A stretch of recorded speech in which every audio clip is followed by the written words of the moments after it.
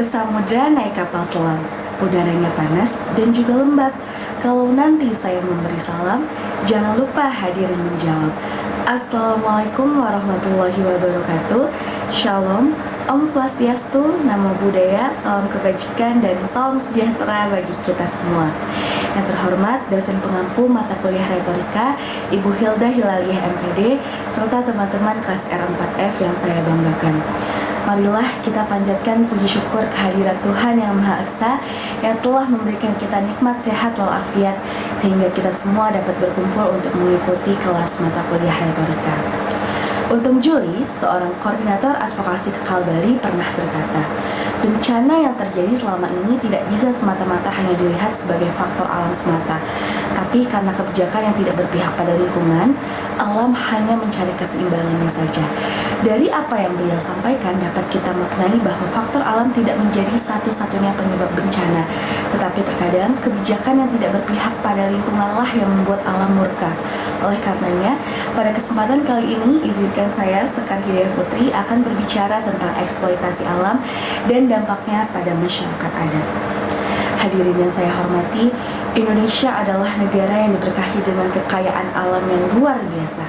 Hutan-hutan tropis yang luas, lahan subur, dan sumber daya alam yang melimpah adalah anugerah yang seharusnya kita jaga dan kelola dengan bijaksana. Namun, apa yang terjadi belakangan ini sungguh memprihatinkan. Eksploitasi alam yang tidak terkendali semakin merajalela, mulai dari penebangan hutan ilegal, pertambangan liar, hingga perambahan lahan untuk perkebunan kelapa sawit dan proyek infrastruktur. Kita harus menyadari bahwa pembangunan memang penting untuk kemajuan sebuah bangsa.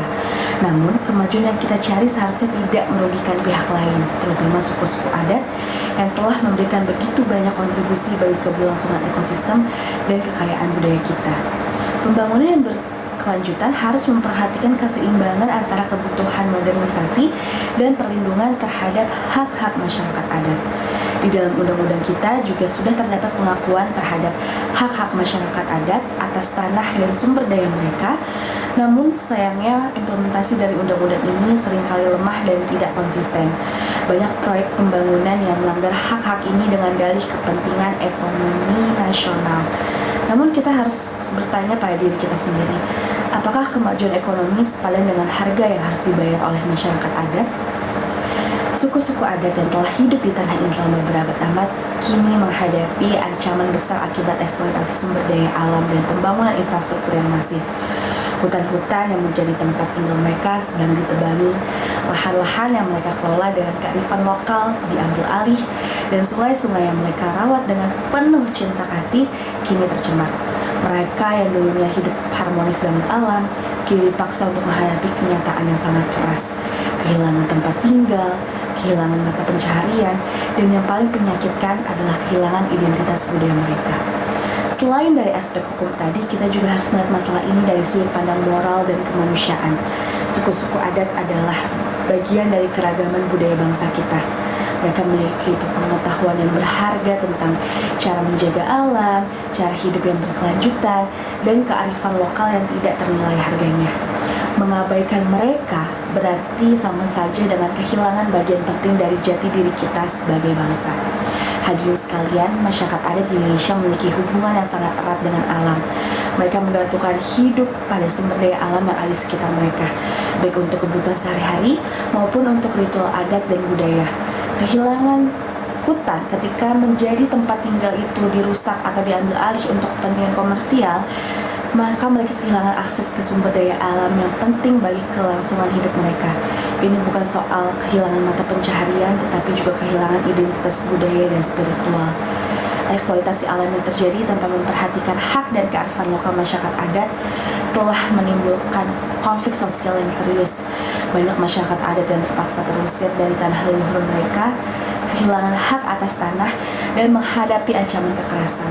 Mereka menjadi korban dari pembangunan yang tidak berkelanjutan dan ketidakadilan sosial di tanah mereka sendiri. Sebagai contoh yang tengah marak akhir-akhir ini yaitu tagar All Eyes on Papua yang bergema di media sosial menyusul All Eyes on Rafah yang lebih dulu viral. Aksi ini menggambarkan perjuangan masyarakat suku Auyu dan Moi yang mempertahankan tanah adat mereka. Gerakan All Eyes on Papua mengisyaratkan kepedulian masyarakat dengan yang terjadi di Bovendigul, Papua Selatan. Dikabarkan lahan seluas 36.000 hektar atau lebih dari separuh luas Jakarta akan dibabat untuk dialihfungsikan menjadi lahan sawit di sana. Banyak masyarakat adat di Papua menganggap hutan sebagai ibu. Itu karena mereka sangat menentukan hidup dari alam. Hutan sebagai rekening abadi berguna untuk memenuhi kebutuhan masyarakat Auyu dan Moi dari generasi ke generasi. Sayangnya, keberadaan hutan adat kian terancam akibat izin sejumlah perusahaan sawit di Bovendigul. Selama ini mayoritas masyarakat adat di Papua telah memanfaatkan hutan dan tanah adat sebagai ruang penghidupan bersama, sekaligus keperluan berburu, berkebun, pangan, obat-obatan, budaya, ekonomi, dan pengembangan pengetahuan. Alih fungsi hutan menjadi perkebunan sawit akan menghilangkan fungsi dan daya dukung lingkungan alam. Masyarakat adat pun khawatir hadirnya perusahaan sawit akan merusak alam tempat mereka tinggal. Tak hanya hutan dan isinya, tetapi juga rawa hingga sungai alami yang menjadi sumber air utama masyarakat. Suku Auyu bersikukuh secara konsisten mengupayakan hak mereka untuk tinggal dengan berbagai langkah. Mereka pun tidak sendiri, karena disokong banyak komunitas dan organisasi lingkungan.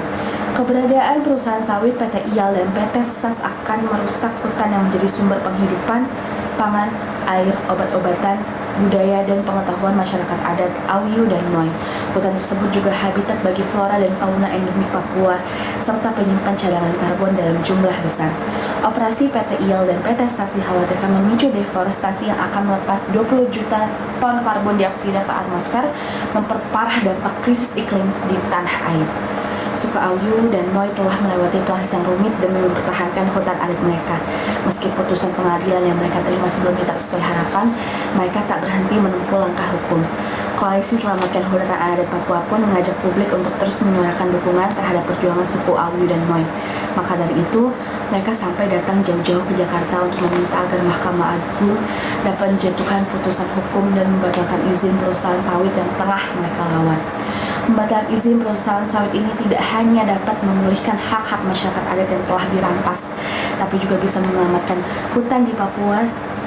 Seruan tersebut disampaikan suku Auyu dan Moi saat menggelar aksi damai bersama perwakilan organisasi masyarakat sipil di depan gedung Mahkamah Agung Jakarta pada Senin 27 Mei 2024. Dalam aksi tersebut, mereka mengenakan busana khas suku masing-masing sekaligus menggelar doa dan ritual adat.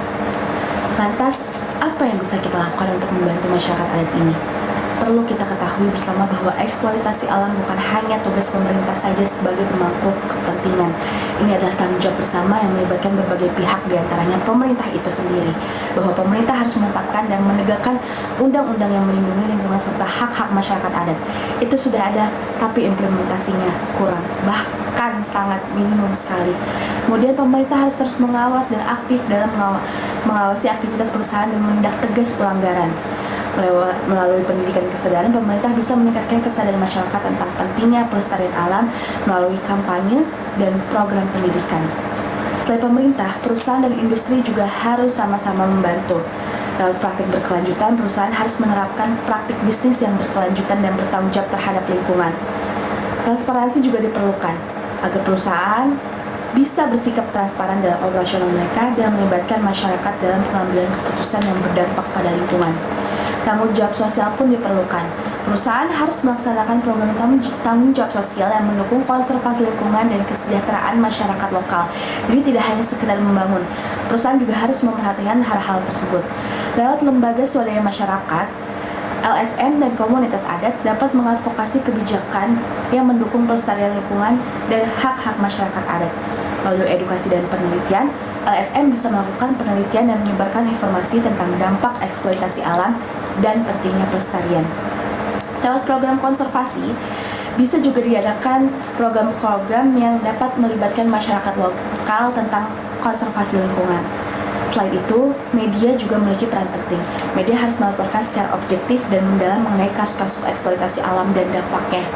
Kampanye publik juga diperlukan agar media bisa menjalankan kampanye yang meningkatkan kesadaran masyarakat tentang isu-isu lingkungan.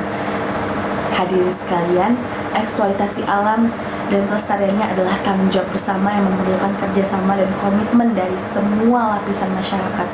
Dengan sinergi dari semua pihak, kita dapat menjaga kelestarian alam dan memastikan keberlanjutan sumber daya alam bagi generasi mendatang. Mari kita bersama-sama berkomitmen untuk menjaga alam Indonesia agar tetap lestari. Alam yang kita warisi adalah titipan bagi generasi mendatang. Kita harus berani berubah dan bertindak demi masa depan yang lebih baik.